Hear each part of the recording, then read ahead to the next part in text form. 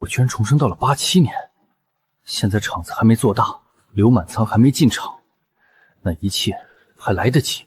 刘巧珍，上辈子你和刘家人在我身上吸了3年血，这辈子你再也别想偷我1分钱。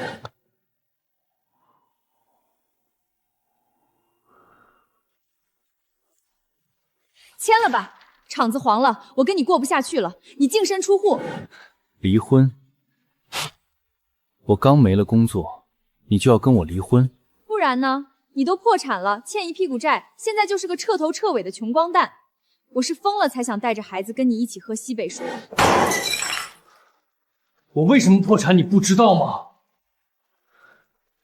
你们家这些年是怎么从我这儿捞好处的，你心里没数吗？你胡说八道些什么呢？我胡说。你们刘家这些年像水蛭一样趴在我身上吸血，从我这儿捞了多少好处？那不是你应该做的吗？谁拿刀架你脖子上了？你娶了我，孝敬我爹妈是天经地义的事儿。天经地义？我这辈子最后悔的事儿，就是把你那个游手好闲、打架斗殴的混子弟弟塞进厂里当主任。谁拿刀架你脖子上逼你了？好个屁！账上那120万的窟窿，就是他经手的时候没的。现在我倒霉了，你就立刻要撇清关系。你少往满仓身上扣屎盆子，他才多大，一个孩子懂什么？他都26了，你见过哪家孩子在外头赌钱欠债，拿公司的货款去还赌债？这是一个孩子能做出来的事吗？行了，说这些有什么用？签不签？你要是不想跟我家有任何关系，正好签了字，我们分道扬镳，从此桥归桥，路归路。签字可以，儿子的抚养权归我。不行，你想都别想。刘巧珍，别的我都可以不要，房子车子全给你，但乐乐是我儿子，我不能不管他。你拿什么管？你现在兜里能掏出100块钱吗？孩子跟着你，吃什么喝什么，难不成你让他跟着你一起睡大街啊？那是我的事。乐乐是我宋远芳的骨血，这一点你否认不了。宋远芳，你真是可悲。事到如今，我也不瞒你了，乐乐，他根本就不是你的种。你说什么？5年前厂庆那天，你喝得跟死猪一样，被人抬回房间，睡得不省人事。我也喝多了，国栋送我回去，一来二去，我跟他就在客房里有了那么一次。谁能想到，仅那一次就有了乐乐呢？秦国栋，你居然和我的好兄弟联起手来背叛我！要怪就怪你自己太蠢。乐乐的眉眼越长越像国栋，你自己居然没看出来？我不信！我背着你带孩子去做了亲子鉴定，白纸黑字写得清清楚楚，跟你宋远芳半毛钱关系都没有。不可能，我养了5年的儿子，竟然不是我的。还有这些年公司账上那些钱，其实是我跟国栋联手转出去的。你就是个替我们养儿子的，供我们花钱的冤大头。你们怎么敢？竟敢给老子戴绿帽子！你们这对狗男女！宋远芳，你到底听见没有？你要是不同意让满仓当主任，咱俩就离婚。不可能！今年是哪一年？87年。宋远芳，你脑子有毛病！我居然重生到了87年，现在厂子还没做大，刘满仓还没进场，那一切还来得及。刘巧珍，上辈子你和刘家人在我身上吸了3年血，这辈子你再也别想偷我1分钱。我跟你说正事儿呢，满仓当主任的事儿，你到底同不同意？不是我不同意，只是刘满仓干了2年，哪天不是在厂里打牌喝酒，迟到早退，连窑温都不会看，他管得了谁？宋远芳，你什么意思？你是不是看不起我们刘家人？他可是你小舅子，别人不提拔也就罢了，自家人你都不拉一把？跟看不带得起没关系，他干不了这个活。那我告诉你，你今天要是不答应，咱俩就离婚。你说什么？我说离婚！你不让满仓当主任，我就跟你离。你信不信？上一世我心软了，让刘满峰那个草包当了主任，结果厂里被他折腾得乌嗡瘴气。这次我绝不能让他占1分便宜，得想个法子让刘巧珍净身出户。巧珍，你别说气话，咱俩好商量。谁跟你说气话？我告诉你，我刘巧珍说到做到。巧珍，你还怀着孩子呢，万一动了胎气可不好。哟，你还知道我怀着孩子？我还以为你眼里只有过专场。我不是那个意思。我肚子里怀着你宋远芳的孩子，你忍心让孩子一出生就没爹？你要是有点良心，今天就把满仓的事儿定下来。我的孩子，上辈子我傻被你蒙蔽，这辈子我绝对不当冤大头。巧珍，孩子归孩子，常理归常理，这分明就是两码事。你还是不是男人？你老婆怀着孕，替你管后勤，替你记考勤，哪家媳妇能做到我这样？替我张罗，估计回扣没少吃。你别激动，对孩子不好，这事儿我得再想想。想什么想？一个主任还得想，你心里根本没有这个家。今天给我个准话，同意不同意？巧珍，你能不能讲点道理？满仓进厂才2年，让他管车间，老师傅能服气？服不服气是你的事儿，你是厂长，你发一句话，谁敢不服？今天到底能不能让满仓当主任？别的都好说，这个是真不行。好，宋远芳，你行，你等着，我现在就去民政所离婚。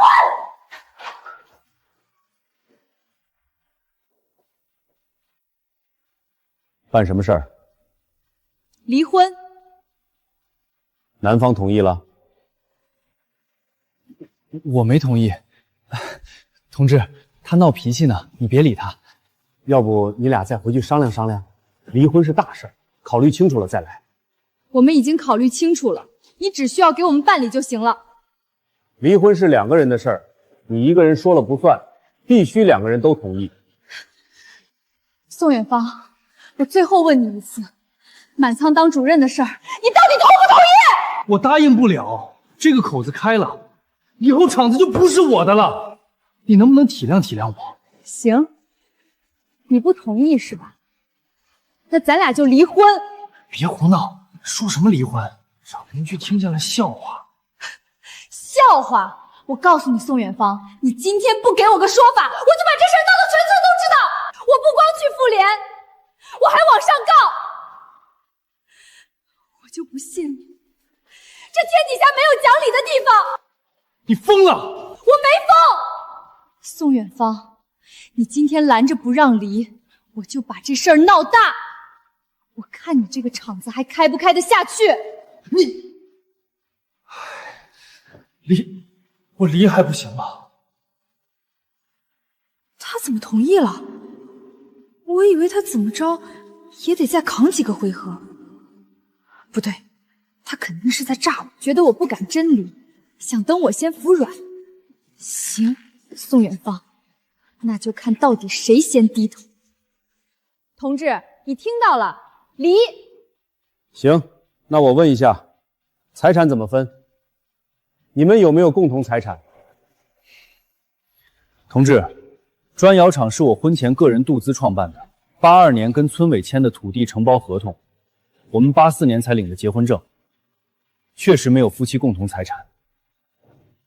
行，那你们看看这份协议，没问题的话就签字。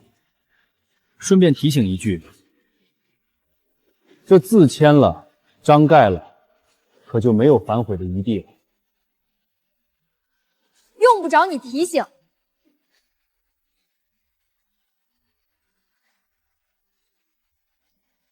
签啊！你要是真敢签，不出3天，你就得来我娘家跪着求我。怎么回事？他居然真的签了！不对，他肯定是在诈我，我不能认输。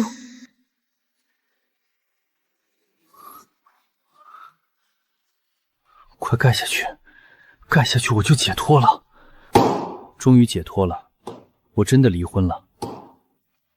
拿好了，以后就是2家了。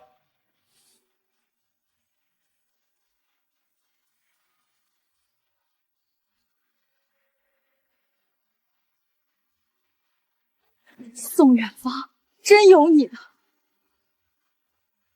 趁这个功夫，你回去好好想想，砖窑厂过这些年里里外外的操持，能有今天？你要是现在后悔了，就去我家，当着我妈和我弟的面好好说说。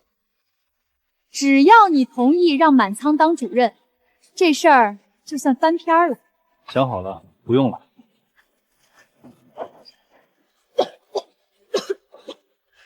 元芳，你会后悔的！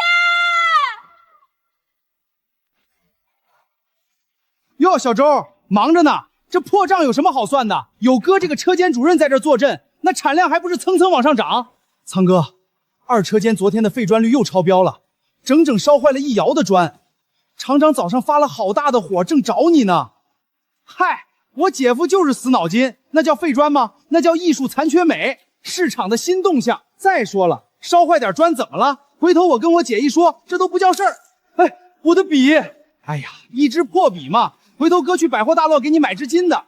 哥现在大小是个领导，还能差你这点儿？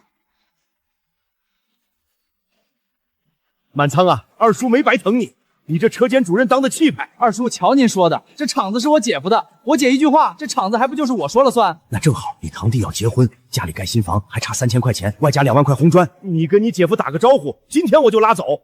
3000块，2万块砖，怎么嫌多？远方这么大个厂，8根汗毛都比咱们大腿粗，咱们刘家把黄花大闺女给了他，拿他点东西怎么了？二叔，您说的对，一家人不说两家话。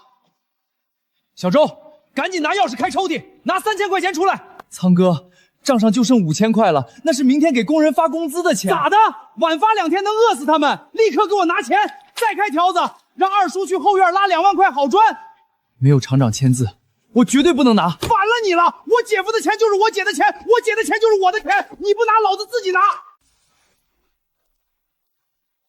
你在干什么？姐夫，你来的正好。这小周太不懂事了。我二叔家里急用钱，我寻思从账上先支3000，再拉点砖。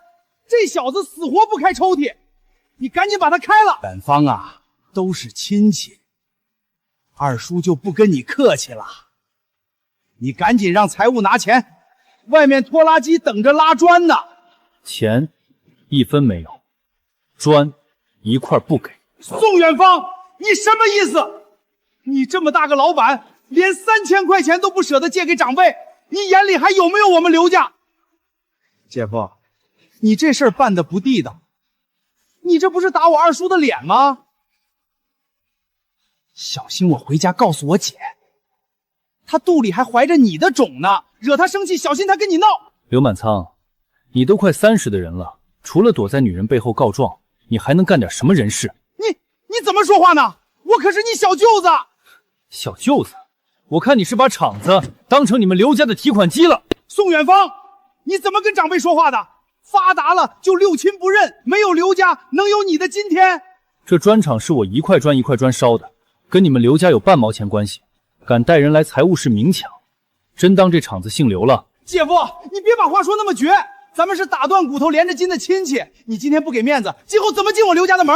那门槛太高，我高攀不起。我今天把话撂在这儿，厂里有厂里的规矩，谁敢动财务室1分钱，那就是抢劫。好啊，你这是铁了心要跟我们刘家作对，走着瞧，我看你怎么跟你媳妇儿交代。小周，以后告诉门卫，没有我的允许，闲杂人等一律不准进场。远方啊，咱都是一家人，吵什么呢？外人看笑话。这是厂里的事儿，跟家没关系。怎么没关系？你是我们刘家的女婿，你把大国往外轰，不就是轰我们整个刘家的脸吗？你二叔要钱的事先放一边，我今天来是有正事找你说。什么正事？上个月的工钱你是不是少算了？没算错，你上月出砖2400，按1块砖3厘钱算就是7块2，账上清清楚楚，1分没少。7块2，老赵一个月能拿18块，凭什么？老赵上月出砖6100块，他当然拿18块3。他一个外人出6000，谁信？绝对是你们做了手脚，把我们数挪到他头上。数据是3个计件员核对的，每天的数都贴在公告栏，觉得有问题，现在去翻记录。谁有功夫天天去看那个？反正我干的活不比谁少，凭什么我拿的钱最少？上月26号你2点离窑，28号你整天没进车间，你迟到9次，早退6次，有3天窑炉封了你还没到，出砖最少，你怪谁？宋远方，你跟谁算账呢？刘家的人在厂里给你卖命，你就是这么对我们的？对，姐夫，你太让人寒心了，自家人往死里压，外人吃香喝辣，不补上少算的钱，今天没完。远方，你要今天不给个说法，我这就去你丈母娘家，让你丈母娘来评评理。巧珍怀着身子呢，你忍心让她跟着操心？说法？行，我给你们说法。全场42个窑工，上个月平均出砖5300，你们刘家来的8个人，最高的3100，最低的1600。公示表天天贴着，全场工人都看得到，谁克扣谁了。你们要是不服，现在就去县劳动局告我。你别以为拿几张纸就能堵我们的嘴，我回去跟我姐说。这是厂里的规矩，谁不想守，随时可以走。小周，把这个月所有基建记录重新抄一份，送到每个车间张贴。从今天起，出砖数据1天1公示，谁有异议当天提，过期不候。是。哎呀，我不活了，养了个白眼狼女婿，我们刘家的人在你这儿当牛做马，你1分钱都不认。你今天不把钱给了，我就死在你厂里。远方，你看看，你把你二婶逼成什么样了？3000块钱，你拿不拿？不拿。好，你不拿，那我们自己拿。厂里这么多砖，我们拉走几车，抵了。你敢动一块试试？我还不敢了。走。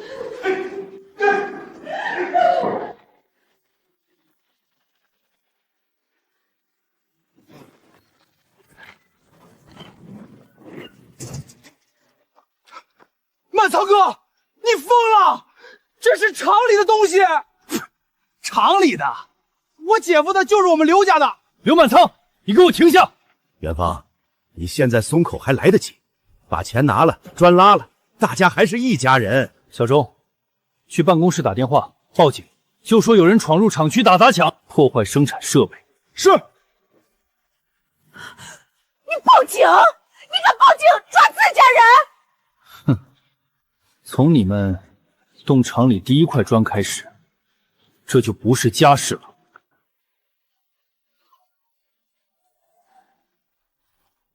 谁报的警？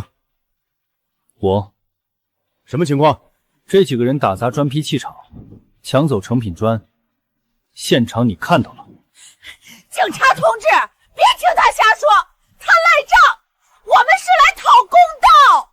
一个一个说，欠了什么钱？上个月工钱少算了1大截，我们来要钱，他还要轰人。少算了多少？有依据吗？反正就是少，我们才拿7块。工资怎么算的？计件制，1块砖30钱，出多少砖拿多少钱。这是上个月全场42名窑工的计件记录，每天3个计件员交叉核对，每日张贴公示。全场平均出砖5300，数据每天公示，从未有人在公示期内提出异议。他说的你认不认？那公示我们没注意看，没看是你自己的事儿，账目清楚，不存在欠薪。那堆场的砖怎么回事？要钱不成，他们直接动手砸，撬棍还在那儿扔着。谁动的手？我就是轻轻推了一下。张警官，他抡撬棍砸了2排砖多，还踹翻了工具架。刘大国搬砖往门口拖拉机上装，在场工人都看见了。请你们3个跟我回所里做笔录。凭啥抓人？我们是他家亲戚。亲戚打砸别人厂子也是违法。走吧，到所里说清楚。警官，还有一件事，被砸的砖坯加上工具架和误工损失，我要求他们照价赔偿。远方，你真要把事儿做绝？做绝的不是我，谁砸的谁赔，天经地义。厂长，刘家那边要是不赔怎么办？那就让法院来判，把今天的损失清单列出来，拍照存档，一样都别漏。是。厂长，你今天这步走得对，你之前对刘家人那么好，厂里早就有人嚼舌根了。说什么了？说厂长拎不清，刘家来的人出砖最少，工钱照拿，迟到早退没人管。大伙嘴上不说，心里都憋着。老赵在哪儿？窑炉那边。叫过来。好嘞。厂长，刘家那边要是不赔怎么办？那就让法院来判，把今天的损失清单列出来，拍照存档，一样都别漏。是。说什么了？说厂长拎不清，刘家来的人出砖最少，工钱照拿，迟到早退没人管。老赵在哪儿？窑炉那边。叫过来。好嘞。厂长，老赵，你在厂里几年了？建厂就跟着你4年了。4年，你是不是觉得我这个厂长当的窝囊？厂长，话说到这份上，我就直说了。今年开春，刘满仓把一窑砖烧匪了，你一句话没说。我干了4年，有一回烧过了火候，你罚了我半个月工钱。但同样的规矩到了刘家人身上就不算数，这搞得弟兄们多寒心啊！老赵，你说的这些我都知道，以前是我的问题。从今天起，这个厂子只有一个规矩：谁出砖多谁拿钱多，谁砸了厂子的东西谁赔，不管他姓什么。厂长，这话当真？小周，把刚才的话记下来，明天起全厂开大会，我当着所有人的面再说一遍：迟到扣钱，旷工扣钱，废砖照价从工钱里扣，一视同仁，没有例外。是。翠兰，我跟宋远芳把离婚证领了。啊？什么时候的事儿？就昨天，他跟我闹脾气，非不让满仓当主任，当场就把他拉去离婚了，离婚协议书都签了。那远芳能同意？他就是装腔作势，想给我个下马威。你看着吧，不出3天，他连袜子都找不着，肯定得跑来求我。宋远芳人精神又能干，怎么摊上这么个蠢女人？想当初你嫁了个好人家，就在我面前百般炫耀，我得把火拱得再旺一点，绝不让你们机会复婚。对，巧珍，你这次做的太对了。男人有钱就变坏，这次你绝不能让他这么欺负。等他来找你和好，你千万别轻易原谅他，必须晾着他。那是，非得让他知道，这个家没了我，一天都转不下去。巧珍啊，出大事了！婶子，咋了这是？慌慌张张的。刚才村头老李家接了镇上的电话，说你弟弟在镇上不知道因为啥事跟人动了手，现在全被抓进派出所了。人家让你这当大姐的赶紧过去一趟。啥？满仓被抓了？这怎么可能呢？他昨天说去谈工程呢。哎呀，满仓怎么这时候惹事儿？巧珍，你先别慌，稳住神儿。我能不慌吗？那可是我亲弟弟，从小到大连句重话我都没舍得说过他。派出所那地方是能随便进的吗？不行，我得赶紧去镇上。要不我陪你一起去吧？不用，我先过去看情况。翠兰，我不跟你说了，我得赶紧走。真是老天爷都在帮我。刘满仓这一进去，宋远芳肯定嫌弃刘家这个无底洞。刘巧珍啊，刘巧珍，我看你这次还拿什么底气回去摆谱？满仓，你没事吧？谁打你了？姐，你怎么才来？巧珍，你可算来了！宋远芳他可真不是人。二婶，到底怎么回事？你慢慢说。我们去厂里要工钱，他1分不给，还让人撵我们，我就推了他一下，他直接报警把我们关进来了。巧珍，你真得好好管管远芳了。我们在他厂里干了多少活，搬砖烧窑哪样没干？他拖着不发钱，我们找他说理，他一句话不听。他敢欠你们工钱，欠了多少？上个月的都没结清，我们去问一声，他倒好，把警察叫来了。你说这叫什么事儿？刘巧珍是吧？是我，警官，我弟他们什么时候能出去？事情没那么简单，他们几个在宋远芳的砖窑厂打砸财物，砸了2排砖堆，踹翻工具架，现场有工人作证，这是故意毁坏财物。那是宋远芳欠他们钱在先。打砸就是打砸，这个性质变不了。现在对方要求赔偿，你们签了调解协议，不签，我们按程序该拘留就拘留。要赔多少？具体金额等对方核算完损失清单再定。你们先签调解意向书，同意承担赔偿责任，人今天就能回去。姐，我不签，凭什么我们要赔他？不签你就得关在这里，你想被拘留啊？警官，签了人就能走。签了，今天就能走。签，先把人弄出来再说。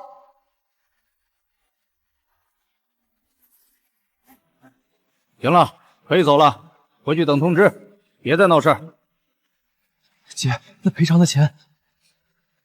远方是你姐夫，还能真要你赔？有姐在，别担心。王婶子，一共12.5块。记账上吧，月底让远方给你结了。王婶儿，上个月的还欠着呢。欠着怎么了？我女婿开着全镇最大的砖窑厂，还差你这10几块钱，你催什么催？嫌生意做不下去了？行行行，记上记上。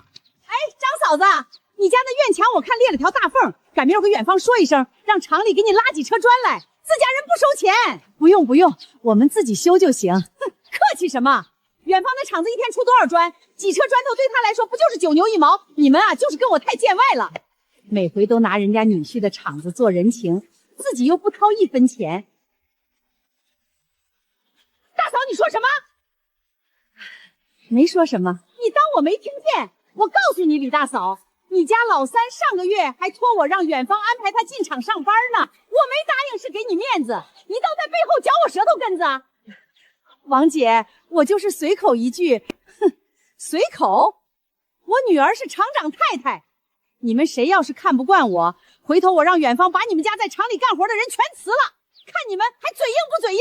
王嫂子，话不能这么说吧，你女婿是厂长不假，可厂里的工人凭本事干活挣钱，又不是你赏的饭。哼，你这话说出来，让人心里不舒服。孙大娘，你年纪大，我敬你3分。哼，你们对我客气点，将来有什么事儿，我还能帮你们说句话。哼，你们要是不识好歹，那就别怪我不给面子了。这个王桂兰一天比一天不像话。他在厂里又不干活，张嘴闭嘴拿女婿压人，你们还不知道吧？上周他去镇上赶集，在布庄里看中一匹料子，人家说80块1尺，他直接甩了句我女婿是宋远方，人家布铺老板根本不认识宋远方是谁，没给他打折，他站那骂了人家半条街。这么猖狂，迟早要出事。翠兰啊，吃了没？吃了，刘婶儿，您这是借醋去了？可不是嘛，家里那瓶正好用完了。你说我那远方也是的，我让他给家里买20斤醋存着，他忙得脚不沾地，到现在也没买。婶子，您跟巧珍说一声不就行了？让巧珍去买嘛。那丫头更指望不上。我跟你说，巧珍这2天不知道犯什么拧，在娘家住了好几天了，哼，也不回去给远方助饭。我说他2句，他还跟我甩脸子。还有这事儿？那远方现在住自己家？可不是嘛，小两口不知道闹什么别扭。我跟巧珍说了，赶紧回去，自己男人不看着，万一被哪个狐狸精勾走了怎么办？婶子，您说的在理。那远方条件那么好，惦记他的女人可不少啊。谁敢？远方是我女婿，谁要是敢打他的主意，我第一个不饶他。那是。婶子，天不早了，我先走了。还女婿呢，连你女儿被人休了都不知道。好啊，那我就帮你保密，等你这个丈母娘在全村人面前丢够了脸，再让全村人知道真相，看你们刘家还有没有脸待在红石沟。哟，婶子，什么事儿？老周啊，我们今天来不为别的，就为王桂芳那个事儿。他又怎么了？他今天在小卖部门口又发了一通威风，说谁要是对他不客气，就让宋远芳把人家从厂里辞了。还有上回赶集骂布铺老板的事儿，镇上的人都传遍了，说咱们红石沟村的人仗势欺人。老周，这事儿不能再这么放着了，他一个人丢的是全村的脸。其实你们说的这些，以前就有人来反映过，关键是他觉得自己女婿是厂长，腰杆子硬。我说他2句，他反过来教训我，我总不能跟一个妇道人家吵架吧？可是老周，你知不知道外面在传一个说法，说巧珍跟远方已经离了？离了？谁说的？老陈媳妇说是镇上民政所的人传出来的，具体真假不知道，但要真是离了，他还仗着女婿四处横行，那可就真闹笑话了。要是真离了，到时候不用我出面，他自己就下不来台了。你们先回去，这事儿我心里有数。这个刘家真是一言难尽。王婶儿，我今天不是来串门的，3个月了，47.5块，您今天得给个说法。腊月那20斤肉，说好让宋厂长结账，到现在1分没见着。我那80块布钱，你当时拍着胸脯说你女婿第2天就送来，2个月了，我从镇上追到村里来要，你说我容易吗？急什么？我女婿忙，等他忙完了，1分不少你们的。你们这是什么意思？堵到我家门口来逼债，我刘家丢不起这个人。王婶儿，不是我们逼，是您赊了不还，我们也得过日子。行了行了，明天我让远方把钱给你们送来，行了吧？都散了。王婶儿，您上个月也说明天，我说明天就明天，怎么？你们信不过我女婿宋远方？他一个厂子人都信得过他，你们信不过？哼，那行，明天我再来，明天再没有，我就去厂里找宋厂长要。让开，我找远方。刘婶儿，宋厂长交代了，最近厂里整顿，谁来都不见。谁来都不见，我是他丈母娘，他宋远方还能亲娘了？你给我起开！刘婶儿，你别硬闯啊！宋厂长原话，谁来都不见，你别砸我饭碗行不行？哎呦喂，没天理了！女婿当了大官就不认丈母娘了，连个看大门的狗腿子都敢欺负我这个老婆子啊！大家快来看看啊！宋远方，你个没良心的，你躲在里面装死啊！刘婶儿，你再这么闹，我可就叫保卫科的人来抬你了。到时候闹到派出所，宋厂长脸上不好看，你女儿在婆家日子就能好过。你赶紧起来！行，你拿着鸡毛当令箭，给我等着！巧珍，宋远方到底怎么回事？我去厂里找他，门卫说他不见我，我是他丈母娘，他敢不见我？妈，您去厂里干什么？还不是那些债主逼上门了。我说让远方出面结了，结果他连门都不让我进。你没事老赊账干什么？远方又不是没给你钱。我赊的怎么了？我拿的是他宋远方的名头，他一个当女婿的，给丈母娘结几笔账，天经地义。哼，他现在拿这个架子给谁看？妈，那个白眼狼现在翅膀硬了。前2天厂里提拔车间主任，他当着那么多外人的面把我给撅了，说我小学都没毕业干不了。我好歹是他小舅子，我的脸往哪儿搁？现在全镇人都在看我的笑话。满仓，你生这么大气干什么？为他气坏了身子，不值当。我能不气吗，姐？眼看着厂子越来越挣钱，咱刘家人连口汤都喝不上，全让他宋远方一个人把着。之前是我太惯着他了，明天我就回厂里上班，直接去接管财务科，把厂里的钱袋子死死攥在咱们自己手里。对，卡住他的钱，看他拿什么硬气。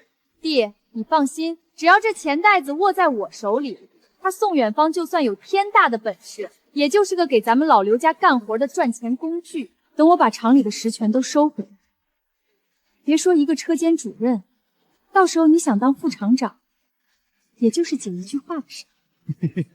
还是我姐有本事，到时候定让那宋宇芳跪下来给我们家道歉。对，还要让他把我们家的那些烂账都还了，省得村里的那些老婆子嚼舌根。谁呀？催命呢！巧珍，你可害死我们了！二婶，你这是干什么？有话说话。当初是你求着让我们去砖窑厂工作的，现在你男人克扣工资不说，还要我们赔钱。砖窑厂法务函都来了，说我们扰乱生产，要我们赔厂子损失。什么？赔多少？8万块呀！我们全家砸了麦田也凑不出来。不可能！我不就和我姐夫开了个玩笑，他不会真的追责吧？别慌，厂里没开除你们，这就是吓唬人的。吓唬人？法务函都盖着红针子了。赵会计刚才来村里通知，明天再不去厂里签协议，就要上法院了。上！刘大道、刘满仓，话我带到了，厂里仁至义尽，给你们3天时间考虑，是签自愿离职协议拿1个月补偿，还是等传票自己选。赵会姐，我是宋远芳媳妇儿，厂里的事儿我说了算，这协议就给他们免了吧。刘巧珍同志，厂里有规定，任何人事协议必须宋厂长签字生效，没他签字，谁说都没用。那远方人呐，他签个字儿不就完了？宋厂长去县里开会了，他的意思是按规章制度办。另外，宋厂长让我转告你，您之前要求接管财务科的事儿，他不同意，财务重地，闲人免进。巧珍，你和远方之间到底发生了什么？妈，就是夫妻间的吵架，远方他一时赌气吓唬你们的。明天我去厂里跟他说，8万块的赔偿叫吓唬？你当我们是傻子？巧珍啊，当初可是你拍着胸脯说让我们进厂就是给你弟弟挣面子，铁饭碗。现在饭碗碎了，还道歉一屁股债。我都说了，我能解决，远方他不会正告的。我告诉你，刘巧珍，这事是你起的头。要么你现在就去厂里，让宋远芳把这法务函撕了，你照常上班；要么我们3家日子过不下去了，你刘巧珍，还有你老刘家，也别想安宁，大不了鱼死网破。二叔，你这话什么意思？吓唬谁呢？我姐也是一片好心。刘满仓，你少站着说话不腰疼。当初要不是你在车间里瞎指挥，能出这档子事儿？这8万块钱，凭什么让我们家跟着背灾？就是，当初可是你们家满仓先带头把机器弄停的，现在看要赔钱了，想把这8万块钱全赖到我头上，没门儿！哎呦，造孽呀！这怎么还自己人咬起自己人来了？都给我闭嘴！不就是8万块钱吗？我说了，我来解决，就绝对不会让你们掏1分钱。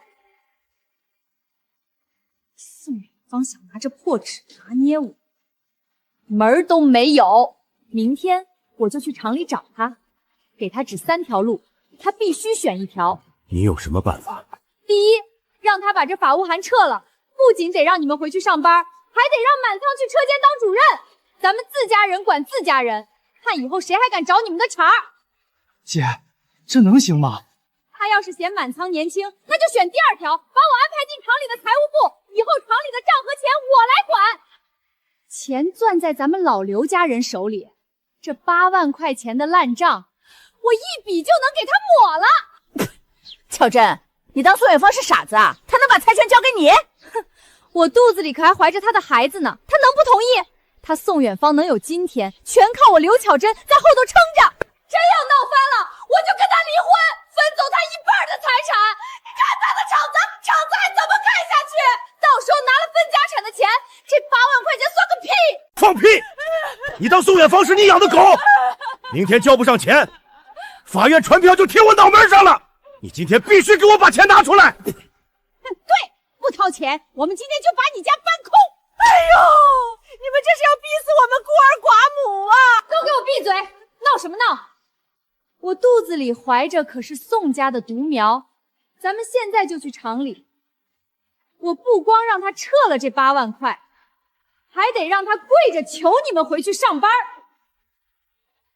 宋远芳，你马上把刘大国他们的法务函撕了。就是，我姐肚子里可是你们老宋家的独苗。你今天不光得把那8万块钱的账平了，还得8抬大轿请老子回去当车间主任，不然老子今天把你这破砖厂给砸了。不仅要撤诉，你还得赔偿我们这段时间的误工费和精神损失费，赶紧拿钱！大家都来看看啊，黑心厂长欺负丈母娘家人了，要把我们往死里逼呀！今天不拿钱，我们就不走了，把你这办公室搬空抵债。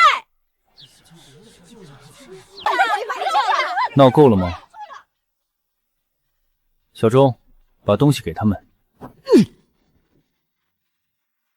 这是你在车间蓄意破坏机器的监控照片，还有3名当班工人的联名指认书，白纸黑字，清清楚楚。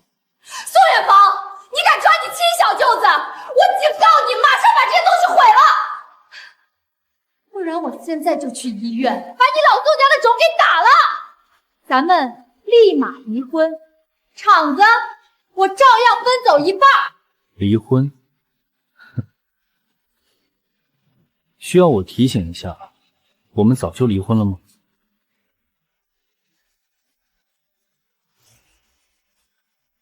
乔真，这是真的。我说远方怎么不帮我们了？原来你们早把婚离了。那财产呢？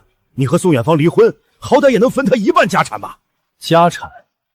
不好意思，当初我们签的离婚协议上可是白纸黑字清清楚楚的写了，刘巧珍自愿放弃一半财产，净身出户。净身出户？姐，你真把什么都放弃了？我限你们3天内还清赔偿款，不然就等着坐牢吧。姐，你快想办法呀，总不能真让我去坐牢。宋元芳，你个没良心的白眼狼！我巧珍伺候你这么多年，没有功劳有苦劳，你居然让我净身出户，你简直冷血无情，你不是人！就是你个丧尽天良的黑心老板，我看你就是故意下套坑我们老刘家。一日夫妻百日恩，你这么绝情，迟早遭报应。老天爷呀，有钱人欺负老百姓了！宋元芳，你干脆把我们全家逼死算了！没良心！你问问刘巧珍，这几年她背着我，往你们刘家倒腾了多少钱？拿我宋远芳的血汗钱养你们这群不知彦祖的吸血鬼！你住院我掏1000，你儿子结婚我拿3000，连你现在穿的衣服戴的金戒指都是老子买的。你吸着我的血，转头骂我白眼狼，你算个什么东西？宋元芳，你太绝情了！一日夫妻百日恩，你这么欺负丈母娘，你就不怕遭天谴？天谴？你手上戴的金镯子是谁的钱买的？你家盖房子的钱是谁出的？你个贪得无厌的老婆子，拿我的钱装大方，现在跟我谈绝情，马上把金镯子给我摘下来抵债！姓宋的，你少在这吓唬人，你就是故意下套坑我们。我弄坏机器，还不是你平时苛刻工人逼的？我苛刻？刘满仓，你在车间天天偷奸耍滑，拿老子的工资出去赌钱，监控拍得清清楚楚，还想把屎盆子扣我头上？你骂谁蠢货？老子今天就砸了你这破办公室！姓宋的，你放开老子，老子跟你拼了！宋元芳，你够了！你算计我净身出户，现在还要把我全家往绝境里逼，你简直是个畜生！你们自己贪得无厌，这就是报应。我宋远芳以前是念在夫妻情分上，才对你们一忍再忍，现在离婚了，别想再吸我的血！还有你刘满仓，30好几的人了，除了惹是生非，就是躲在你姐身后当缩头乌龟。刚才不是还理直气壮吗？现在怎么怂了？我少给我玩道德绑架，我宋远芳不吃这套。记住，就3天，砸锅卖铁也得把赔偿款给我凑齐，少1分钱，直接报警。你们就等着吧。小周，送客。宋元芳，你敢碰我一下试试？我肚子里可是你们老宋家的亲骨肉！就是，虎毒还不食子。你今天要是把我们逼进局子，让巧珍动了胎气，你老宋家就彻底绝后了。对，把你亲儿子逼死，我看你赚再多钱有什么用？拿个野种来要挟我，好，那我就让你们把这道催命符生下来。我绝什么后啊？我又不是不能生，离了你刘巧珍，还有王巧珍、李巧珍给我生孩子，我宋远芳打拼半辈子，名下几10万的家产，迟早是要留给我儿子的。几10万？如果你真把孩子生下来，我不会不管，但一码归一码。哼，3天之内这8万块赔偿款1分不能少，凑不齐，你们照样进去蹲大牢。姓宋的，你别给脸不要脸！满仓，闭嘴！好，8万块我们给，咱们走。等我把这金疙瘩生下来，我看你宋远芳怎么求我。姐，真答应给8万？我们哪儿有钱啊？闭嘴！先凑钱。妈，你手里不是还有远方上个月从邮局汇给你的2000块看病钱吗？拿出来！哪还有钱？早给你弟买摩托车了。二叔，你翻盖瓦房借的3000呢？先挪1000出来救急。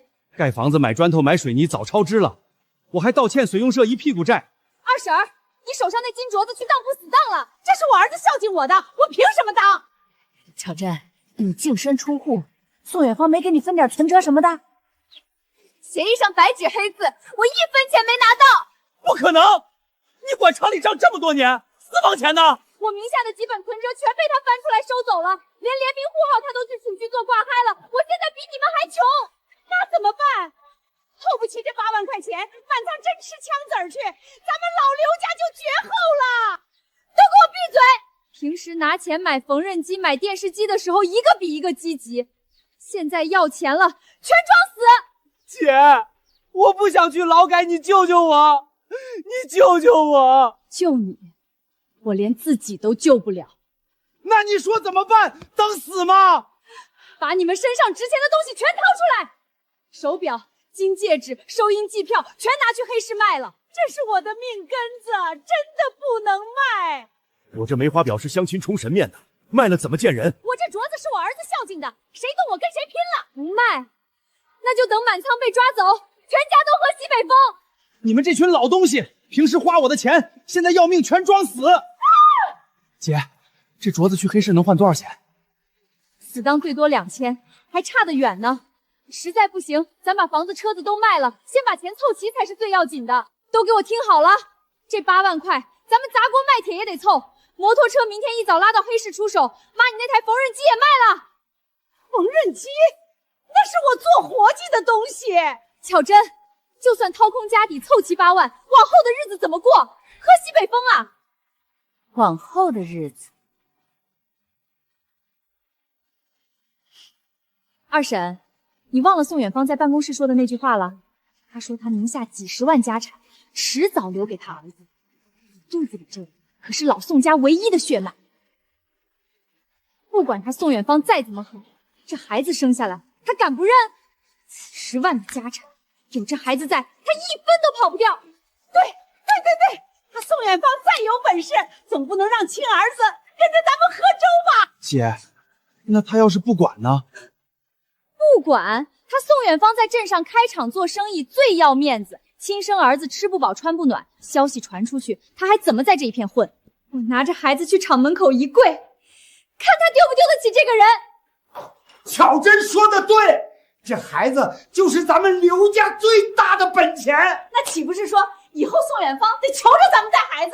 他不光得求，他还得掏钱。奶粉钱、上学钱、看病钱，一样都不能少。这几十万的家产，只要孩子姓宋，将来一分一毫都是咱们的。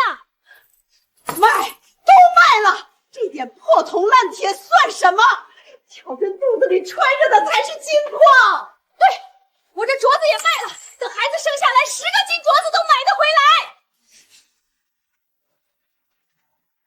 姐，我明天天一亮就去黑市，把这些全换成现钱。记住，跟谁都不许提孩子的事儿。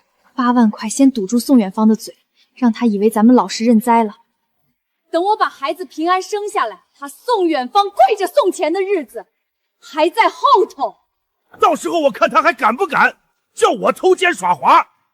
几十万啊，我刘大当这辈子连零头都没见过。远方那人我了解，再硬的嘴，自己亲儿子抱到他跟前，他铁石心肠也得化了。到那时候，他得跪下来求咱们原谅。可不是嘛，当初骂我贪得无厌，等他求上门了，我让他把骂我的话一句句吞回去。姐，到时候让他把我的赔偿款也退回来，8万块利息都得给我算上。宋远芳，你以为离了婚就能甩掉我刘巧珍？这个孩子就是我攥在手里的一把刀。你有几十万又怎样？迟早一分不剩，全部姓刘。厂长，煤矿那边的料钱下个月就得结了，信用社也来催息，咱们账上快见底了。镇南边江市建材新批的那个商品房小区，红砖供货后定下来没有？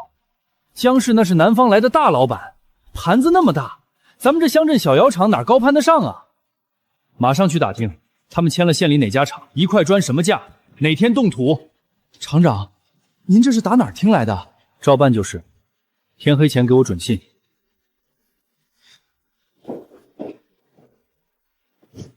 江市订的那批砖，3个月后会因为掺了劣质煤嘎石，一动就裂，被县建委勒令停工半个月。上辈子那个大缺口，我眼睁看着别人发了横财，这辈子这块肥肉是我的。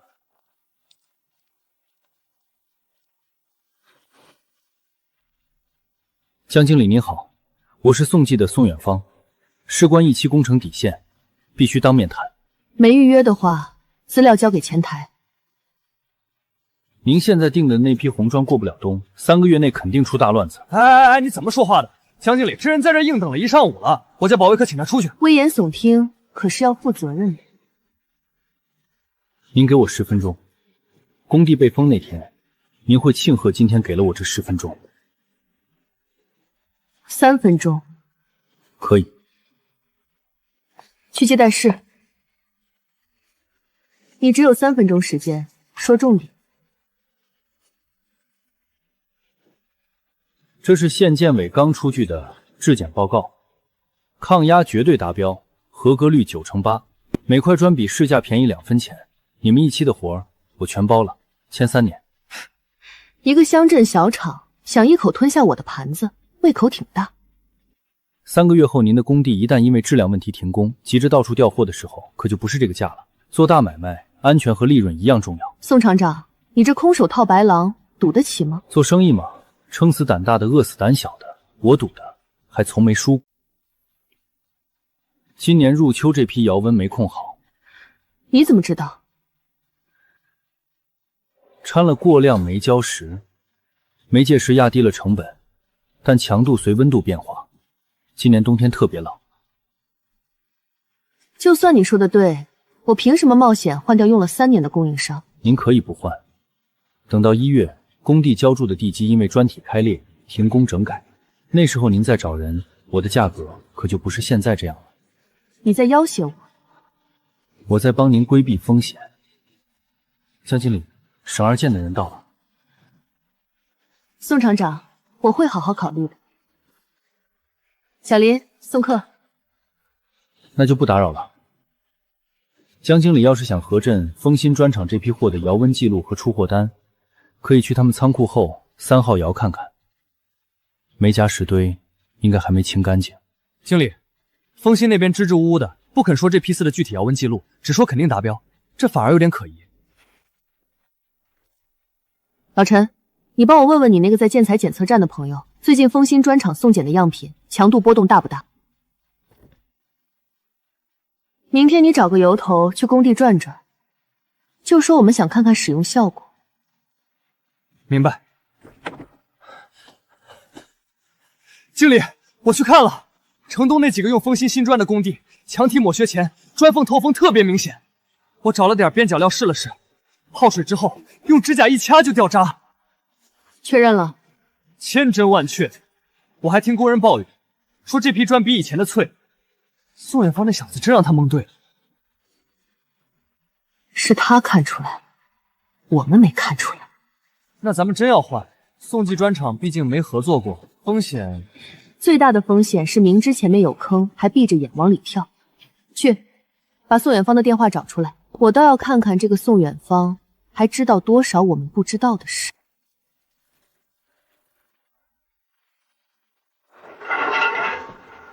这砖缝透风，脚手架底座都松了，管不了那么多了，赶工期要紧，继续干！闪开！出事了，快叫车！小兄弟，你胳膊划破了，死不了。你们这防护网全烂了，马上停工。你算什么东西？敢停江氏的工，马上闭嘴！半小时内清场。爸，伤到哪儿了？我没事。雪儿，这位是宋远方，我的救命恩人。宋远方，宋记砖厂的宋厂长，你怎么在这儿？路过，顺手而已。江经理，丰鑫的烂摊子查清了。查清了，你赢了，他们确实掺了劣质煤膏石。丰鑫刚才打电话说愿意降价3分钱，求我们别解约。降价？他们的砖一动就裂，白送给你，你敢用吗？不敢，我准备拒绝他们。别拒绝了，直接起诉。质检报告就是铁证。雪儿，怎么回事？爸，宋厂长前2天就提醒我，原供应商的烘砖抗压不达标，我刚才去核实了，全是次品。有眼光，有胆识，还敢拼命。宋厂长，你要什么谢礼？支票你填。不要支票，江氏1期工程的红砖我全包了。现在签合同，今晚砖进场。宋厂长，这不合规矩，招标流程至少要1周。等1周，你的地基就废了。签还是不签？宋厂长，你救了我爸，我很感激，但生意是生意，你的产能跟得上吗？三座窑全开，日产5万块，跟不上我赔你双倍违约金。拿笔来。好魄力，雪儿立刻签。小宋，今天这顿必须我请，救命之恩，先干为敬。江总言重了，举手之劳。爸，宋远芳胳膊上还有伤，不能喝酒。不喝就不喝，以茶代酒也是可以的。心情好，伤口才能好得更快。小宋啊，你是哪里人？听口音不是本地的。省城边上过来的。年轻有为，有眼光，有担当。现在砖厂都归你管？是。那你成家了没？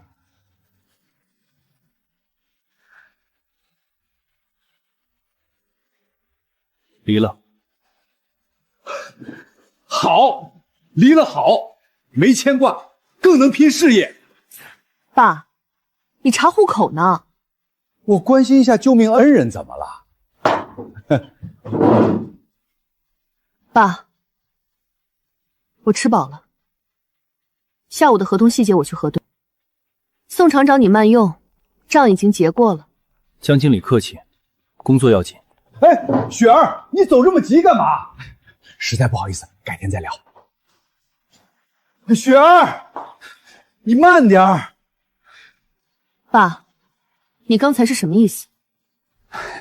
吃饭聊天嘛。吃个饭要问婚姻状况，江振国，你是不是老毛病又犯了？我看你一直单着，人家小宋人品能力都没得挑，离婚又不是他的错。我跟他合作是因为他有本事救了你的命，不是让你拿来当相亲对象。雪儿，爸只是看你一个人撑着这么大的摊子心疼，有个靠得住的人。我不需要，我的路我自己走。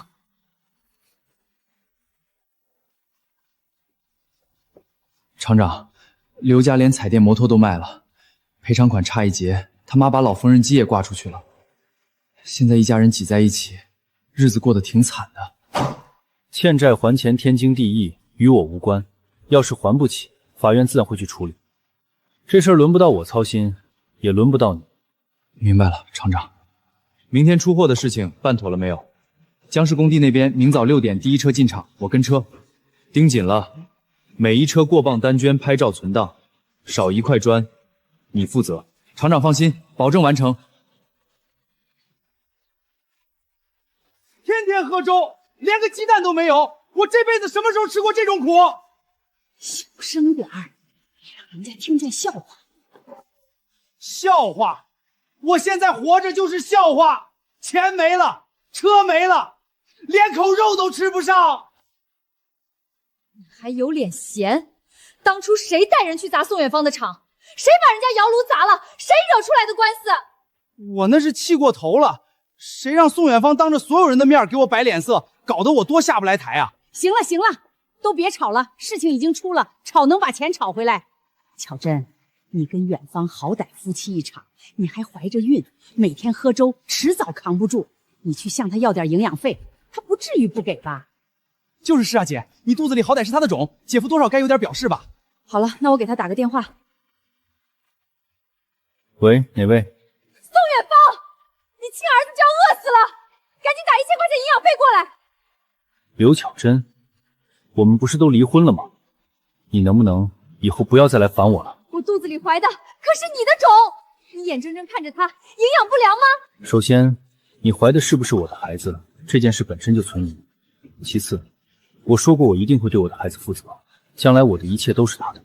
但你这个孩子能不能生下来还是个问题，所以在孩子出生之前，你能不能不要再烦我了？宋远芳，你这个混蛋，你连自己的亲生孩子都不管了，你还是人吗？上辈子我被你们这对狗男女蒙在鼓里，替你们养了几年的儿子，重来一世，我不会再犯同样的错误。你不是想把孩子生下来后，以此来继承我的家产吗？我已经迫不待的想看到你知道孩子生父不是我的表情了。巧珍啊，你这身子骨可得撑住！宋远芳的砖厂日进怼金，你肚子里这块肉是宋家太子爷，咱们刘家以后全指望你了。他宋远芳再怎么闹离婚，还能不认自己的亲骨肉？哎，你好好养胎，别多想。大国叔，二婶，既然指望我，那就帮我垫钱，不多，先拿1万吧。哎呦，巧珍，不是你不疼你堂弟马上要交赞助费，家里那点钱全卡死了，真拿不出。巧珍，叔这阵子也倒霉，包的那几亩鱼塘全赔了。你妈手里不是还有点吗？大国叔、二婶，别演了，你们今天来不就是怕我肚子里这棵摇钱树倒了吗？巧珍，你这孩子怎么说话呢？我今天把话挑明，宋远方现在的身家少说几十万，分他一半家产天经地义。我现在不是在找你们借钱，我是给你们机会入股。入股？对，你们今天垫的钱，我算你们的本金。等孩子生下来，宋远方的抚养费一到账，我10倍还给你们，出2000，出2万，还10万。巧珍，不是叔不信你，万一宋远方死活不认呢？他由得着不认吗？只要孩子一落地，一纸亲子鉴定拍他脸上，法院自会把钱划到我账上。怕担风险，现在就走，宋家的钱一分别想沾。哎呀，巧珍，看你说的，二婶砸锅卖铁也得保你这胎，我出5000。我也出5000，以后他厂里工作得紧着我家。凭什么紧着你家？我家出的不比你少。行了，别吵了，谁想入股，先来我这儿报名。等着瞧吧，宋远方，你现在爬得越高，将来摔下来的时候，给我儿子吐出来的钱越多。一期供货结清，质检全部达标。宋厂长，这笔合作我很满意。2期的量翻1倍，价格不变，江经理考虑一下。你倒是不客气。行，回去帮我爸审批，3天内给答复。那么合作愉快。厂长，刘巧珍生了，在县医院，她家里人打电话来说必须让你去一趟。谁接的电话？刘满曾打到座机上的，说孩子已经落地了，让你马上去认。小周，把县医院妇产科的地址发我。宋厂长，江经理还有事。你前妻的事儿，我听我爸提过一嘴，今天没别安排，我想跟你走一趟。医院可不是什么好去处。我对跟我合作伙伴纠缠不清的人，向来有兴趣亲眼看看。走吧。姐夫，你可算来了！你看我姐生的大胖小子，7斤2两。这位是宋远方，巧珍今天刚生完孩子，你就把小三儿带过来了，对得起他吗？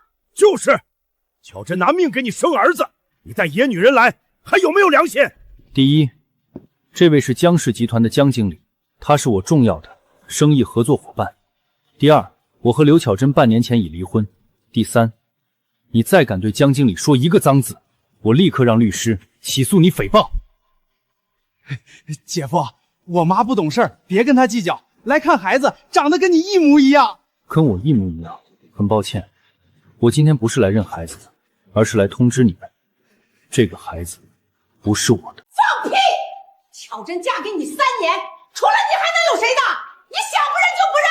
宋远方，没想到你为了不认这个孩子，居然用这么下作的手段诬陷我。我跟你结婚3年，什么时候碰过别人？有没有做过，你自己心里清楚。我心里清楚什么？这孩子就是你的，你不认我就跟你打官司。对，打官司，法律会还我们公道。哼，打官司，那正好，省得我多跑一趟。早在我来之前，就已经委托医院用孩子出生时脐带血的 DNA 样本和我的血液样本做的亲子鉴定，由省司法鉴定中心认证，具备法律效力。看清楚，白纸黑字写着，排除亲子关系。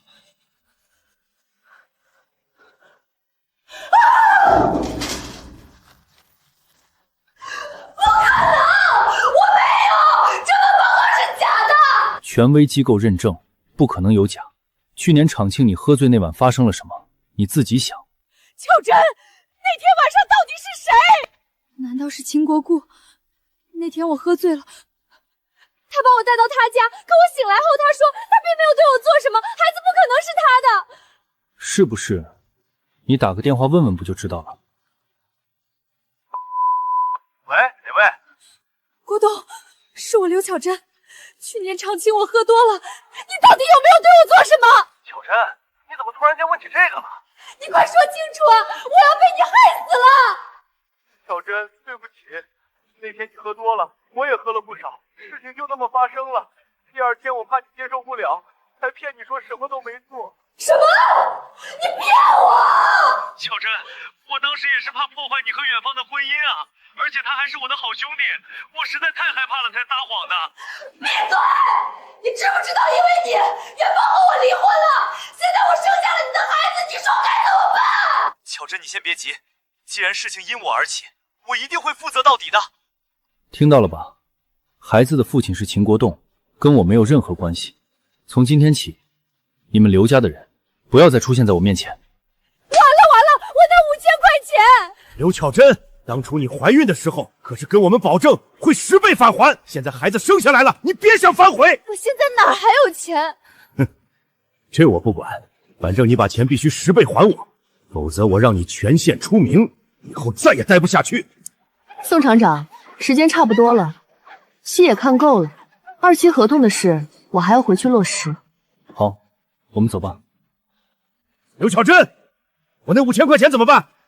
当初拍胸脯说10倍还，现在宋远芳跟你没关系了，你拿什么还？对，你今天必须给个说法，不然我去村里把你的事抖出去，哼，让所有人都知道你刘巧珍是个什么货色。姐，你倒是说句话呀！都闭嘴！钱我1分也不会少你们的。说的好听，你现在连住院费都付不起，拿什么还？去找秦国坤，他可是我孩子的亲爹，而且他在电话里说了愿意负责。他在镇上开建材店，1年少说也能挣个7、8万，虽然比不上宋远芳，但养一个孩子绰绰有余。该你们的钱，我1分也不会少你们，只不过是时间问题罢了。但如果你们不愿意等，大可以去找秦国栋或者宋远芳闹一顿，看看把事情搞黄了之后，你们还能不能拿到钱？我刚刚不是着急了吗？只要能回本，我们等得久一点也是值得的。就是，你刚生完孩子，别太着急了，这个钱留着以后慢慢还嘛。还是我们家巧珍有本事，离了宋远芳，又来一个秦国栋，看来我们家以后又能过上富裕的日子了。姐，还是你有办法，把那些男人迷得找不着北。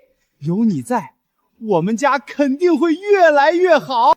国栋哥，你这小洋楼不错啊，比我姐以前住的破院子强多了。我们成了一家人，有需求尽管提。国栋，我想跟你商量个事儿。我弟弟在家闲着也是闲着，你这店里不是缺人手吗？要不让他帮你管管，进货、送货、收钱，他全能干。姐夫，直接给我一套钥匙吧，进货单我来对，省得你一个人忙不过来。好啊，满仓明天就去店里上班。谢谢姐夫，我肯定把铺子管好。乔真，你跟宋远芳办利索了吧？财产分割的事怎么说？我算过，他那厂子这几年的利润加上房产折现，你分一半，少说也有10几万吧。这笔钱什么时候能到账？我没要他的钱。没要？什么意思？是钱还在他账上扣着呢？我是净身出户的，当初我本来没想和他离婚，但实在气上头了，稀里糊涂就把离婚协议签了。净身出户，所以你1分钱都没有？姐夫，我姐人善，不稀罕他老宋家的臭钱。反正你生意做得这么大，这大洋楼住着还差那点。生意做得大，你以为老子真有钱？我外面还欠着10几万的高利贷，我天天装孙子哄着你，伺候你们这一家老小，就指望着你拿所有的钱来给我填窟窿。秦国堂，你之前可不是这么说的。你说你不在乎我的过去，只想和我好好过日子。我在乎的就是钱。你一个离了婚还拖家带口的女人，要不是以为你手里攥着宋远芳1半的身家，我会把你这群吸血鬼一样的娘家人接进门。秦国珍，我和我弟弟也是好心帮你啊。既然你不领情，那我们离婚吧。离婚？你想得美！老子在外面欠了一屁股债，你不和我一起把债还完，休想和我离婚。老子拖也要拖死你们！实话告诉你，其实厂庆那天我就是故意和你发生关系的。我本来打算用这个孩子威胁，让你源源不断的拿宋远芳的钱替我填窟窿，没想到你这么不争气，1分钱也没捞到手，真是害我白算计一场。那是你欠的钱，我凭什么替你还？就凭你住我的房，吃我的饭，你和你这一家子废物全挂在我头上。秦国栋，你嘴巴放干净点，我姐当初要不是被你骗，能落到今天这步。你算什么东西？游手好闲的小混混，白吃白喝还敢跟我横，都给我滚！2期合同我爸已经批了，总量80万块，按月结算，这是盖过章的正本。好，小周，第4座窑的改造进度到哪了？窑体已经砌完，下周点火试烧。4座窑全开之后，日产能可以拉到7万块。不够，联系设备厂再订一条自动码出线，月底之前到位。厂长，这个月的净利润出来了，1个月12万7，宋厂长，半年前你还只有3座土窑，现在这速度，年底怕是要翻3番。江经理，3期的事提前聊聊。你倒是一刻不闲，下周我带方案来。不过我有一个条件。说。3期用量大，我要独家供货权，同期不接其他地产商的单。可以，但价格上浮2分，1分5。成交。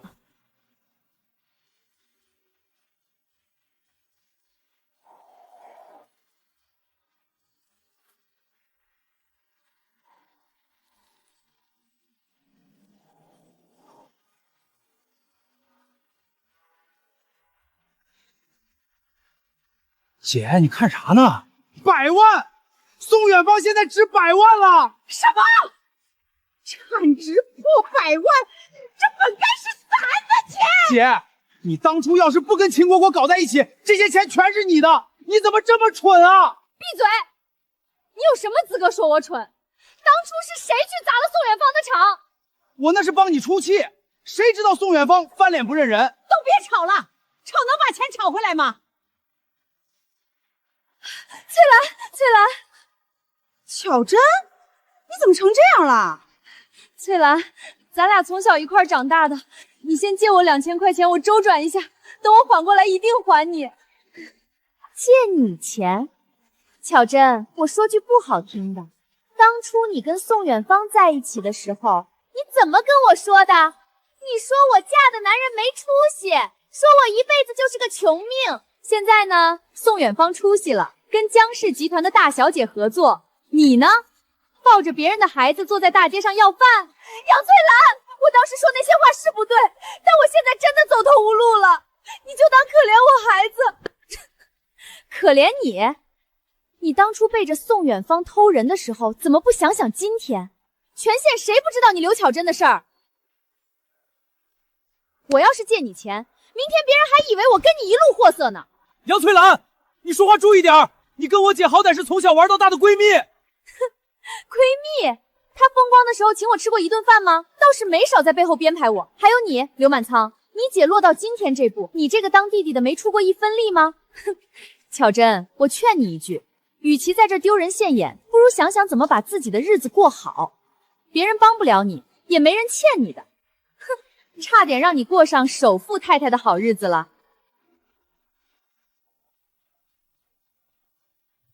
哈哈哈，小宋，我就知道我当初没看错你，1年不到5座窑全开了，了不起！来，咱俩合个影。江总客气了，没有江氏的订单，产能拉不起来。哈哈哈哈！你别谦虚，雪儿，你也过来，你们俩合作伙伴站一起，让记者拍一张。厂长，笑一个。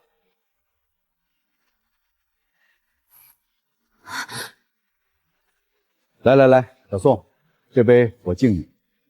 1年前你骑个破自行车救了我老命，1年后你成了我最大的供应商，缘分呐！江总言重，没有你，哪有我宋远方的今天？我干了，你随意。